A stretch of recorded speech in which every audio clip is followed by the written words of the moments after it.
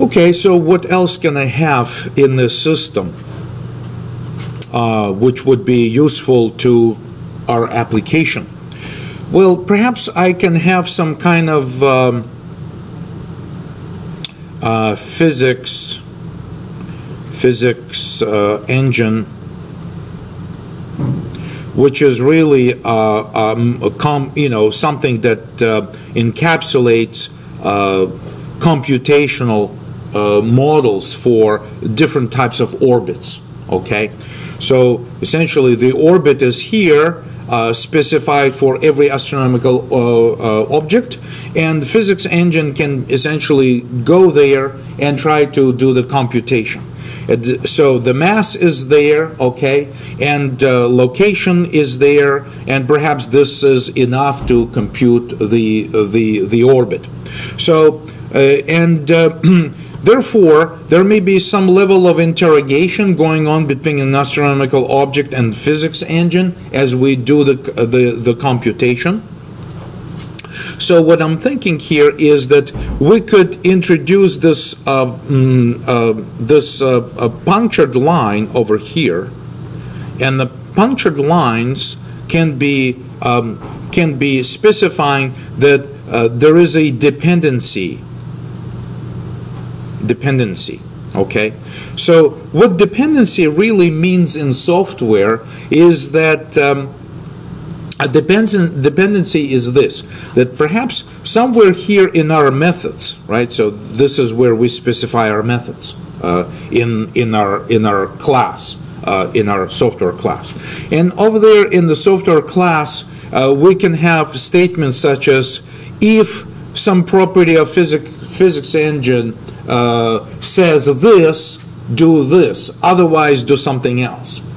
Which means that changes in physics engine will be affecting the implementation of an astronomical object, and vice versa. Changes to astronomical object, if we decided to make it aware of other types of properties, would have an impact on the design and internal implementation of the physics engine. This type of association, essentially providing this dotted line or punctured line between the two, represents dependency, right? So this just basically says that these classes, although are separate and implemented separately as two separate classes, however, they have high level of dependency on each other, and it really sort of means that the programmer who needs to write the implementation or make changes to the system should be aware of immediately that if they decided to make changes or modifications to astronomical object class right here, they should be able to understand that they also have to take a close look to at the physics engine class. Okay, so that's another type of association, which is dependency. Okay, and I'm looking at our handout here. So again, this was in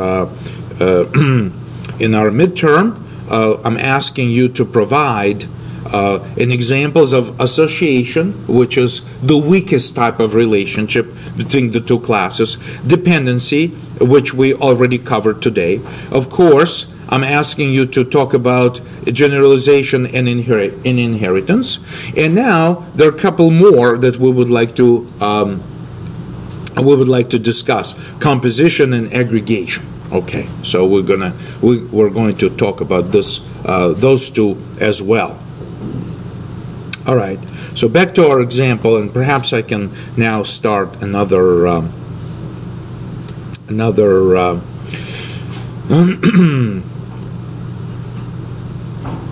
another instance of this paint thing. And if I'm thinking about designing a small computer game with like road, driving around town or something, right?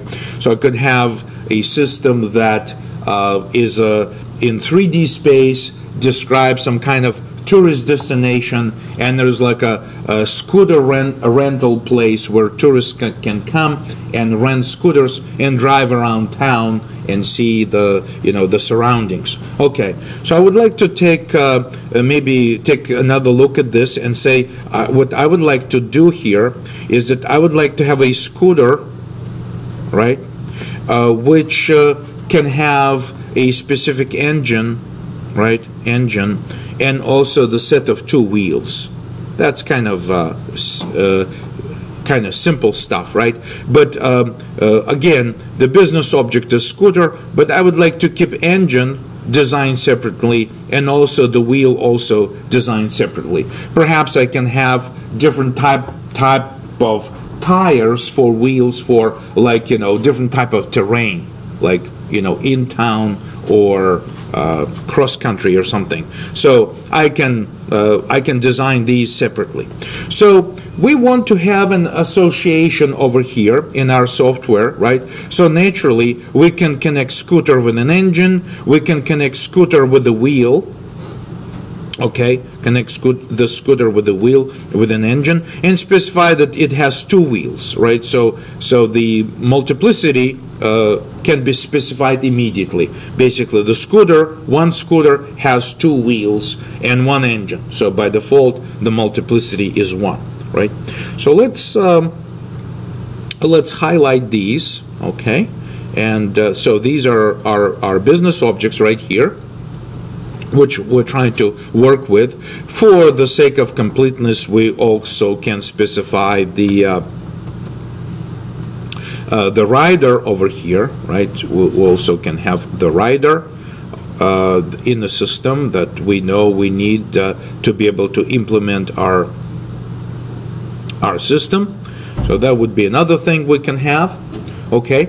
And at the same time, if programmer wants to know, okay, so the program may want to know that the fact that we would like to require in software, when we create the scooter, if we would like to require to immediate creation of engine and two wheels at the same time, okay, we can specify that detail on UML diagram, right? So we can say that we can have a comment here which says that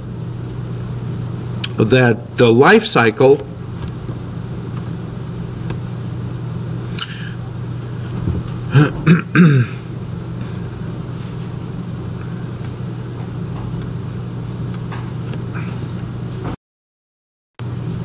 so we notice that the life cycle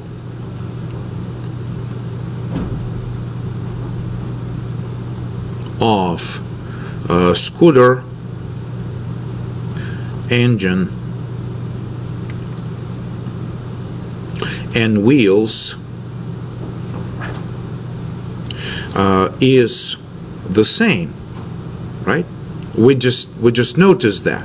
We just noticed that, oh, by the way, the life cycle of scooter, engine, wheels, and wheels is the same. In other words, we would like to create those three objects at the same time and let them go at the same time, right? In other words, in our system, it makes no sense to use engine without having scooter available and the wheels, and vice versa. The scooter makes no sense and there's no serious, any sort of purposeful usage of scooter without the engine or wheels. So therefore, we can say that the scooter is basically an aggregate, right, of these two, and we can let the programmers know about this. Oh, by the way, what happened to my eraser as well? Wow. Do I? Oh.